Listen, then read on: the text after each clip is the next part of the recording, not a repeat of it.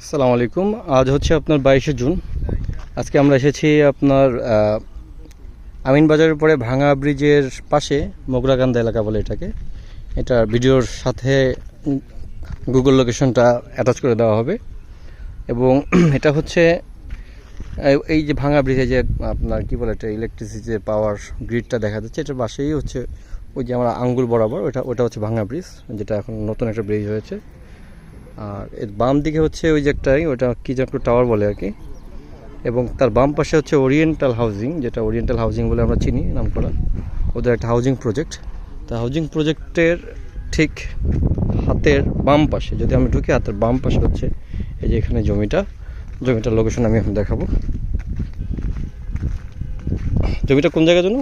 এই যে এই যে প্লটটা আছে না, এই প্লটটা পিলারটা থেকে দুইটা প্লট পড়ে, পিলারটার থেকে 2টা প্লট পরে 12%। জি, ওখানে 54% থেকে প্রথমটা হচ্ছে 10 শতক, তারপরেরটা আর কি 54% থেকে 10 শতক বিক্রি হয়ে গেছে। 54 থেকে 52 থেকে 52 থেকে 10 শতক বিক্রি হয়ে গেছে। প্রথম 10 শতক বিক্রি হয়েছে, পরে 12.5। আচ্ছা, তাই না? একটা প্লট সেটার জন্য আবার রাস্তা থাকবে 10 ফিট। 10 ফিট রাস্তা থাকে, 10 আর 12 হইলে ভালো। তো ওই Yeah. ভদ্রলোকের শুনেন, আপনার এই যে মোবাইলটা দেখতেছেন না, হুম, জমিটা হবে কিন্তু এরকম লম্বা টাইপ, ঠিক আছে?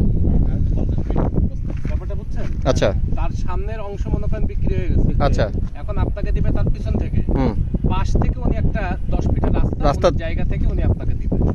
আচ্ছা। ওই রাস্তা বাদে আপনি 12.5 শতক পাবেন। এই হলো বিষয়, ক্লিয়ার? আর হাউজিং যে পাশে দেখছি ওরা তো হাউজিং সাধারণত এক্সপেন্ড করে, হ্যাঁ, তো ওদের কি আপনি ওইদিকে এক্সপেন্ড করে, এদিকে ওদের কোনো কনসেপ্ট আমি জানেন কি না? এদিকে ওরা হাউজিং কিন্তু চারিদিকে কিছু ছড়াই যায়, বুঝছেন? সবাই তো একই করেন না, সবাই হুম, হাউজিং এর ভিতরের ওই মেইন হাউজিং এর ভিতর দিয়ে এটা এই জোনটা আসছে। না না, এই রাস্তাটা আসছে, পাশে হাউজিং করছে। হাউজিং এর জায়গার মধ্যে রাস্তা আসেনি। জি।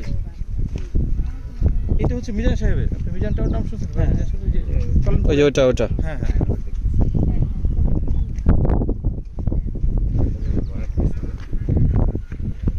এগুলো আবার ভরাট করতে গেলে আপনার আবার মনে করেন যে শতক প্রতি আবার মনে করেন 3 লাখ টাকা করে ধরে রাখতে হবে।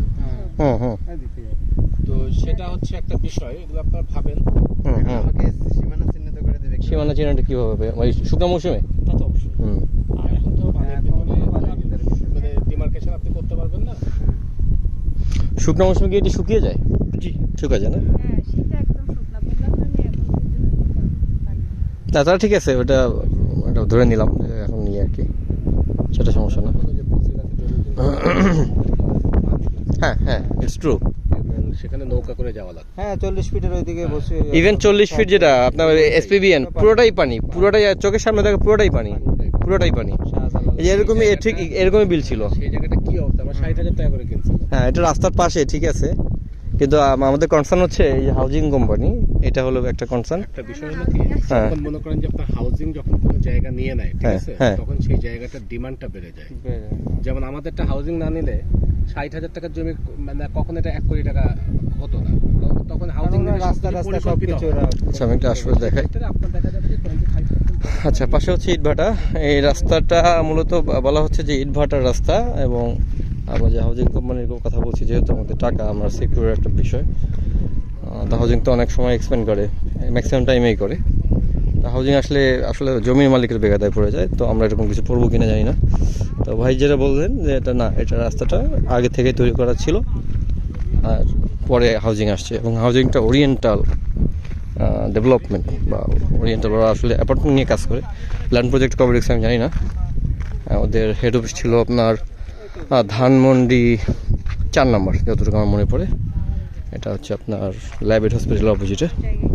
হ্যাঁ, বহুত আগে থেকে আমি দেখে আসছি ওদের কোম্পানি, এখন থেকে আরও 25 বছর আগে থেকে 20-25 বছর আগেও দেখেছি ওদের কোম্পানি।